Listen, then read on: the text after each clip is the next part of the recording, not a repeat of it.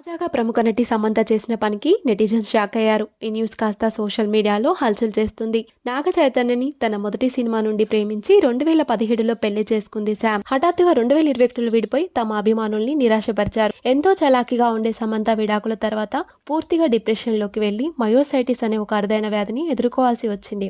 సమంతతో విడాకుల తర్వాత నాగ చైతన్య, శోభితతో ప్రేమ వ్యవహారం నెట్టింట్లో హాట్ టాపిక్ గా మారింది. అందరూ అనుకున్నట్లుగానే గతేడాది డిసెంబర్లో శోభితతో పెళ్లిపీటలు ఎక్కాడు చైతు. సమంత మాత్రం తన పెళ్లి జ్ఞాపకాలని, నాగ చైతన్యకు సంబంధించిన కొన్ని ఫోటోలని ఇంకా సోషల్ మీడియాలో అలాగే ఉంచుకుంది. అయితే కొంతకాలం క్రితమే సమంత తన పెళ్లి గౌనుని పూర్తిగా రీమోడలింగ్ చేసింది.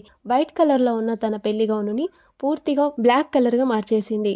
దీనిని చూసిన వారు మాత్రం నాగ చైతన్య మీద కోపంతోనే రివెంజ్ గౌనుగా మార్చిందంటూ కామెంట్లు పెట్టారు. దీనికి స్పందిస్తూ సమంత ప్రతీకారం కోసం ఏమాత్రం కాదని, తన బలానికి అదొక చిహ్నమని క్లారిటీ ఇచ్చింది. ఇక ఈ క్రమంలోనే సమంత తన ఎంగేజ్మెంట్ రింగ్ అయినటువంటి 3 carats princess cut diamond ring ని చైన్ కి పెండెంట్ గా మార్చేసింది. దాదాపు ఈ రింగ్ ధర 48 లక్షల పైనే.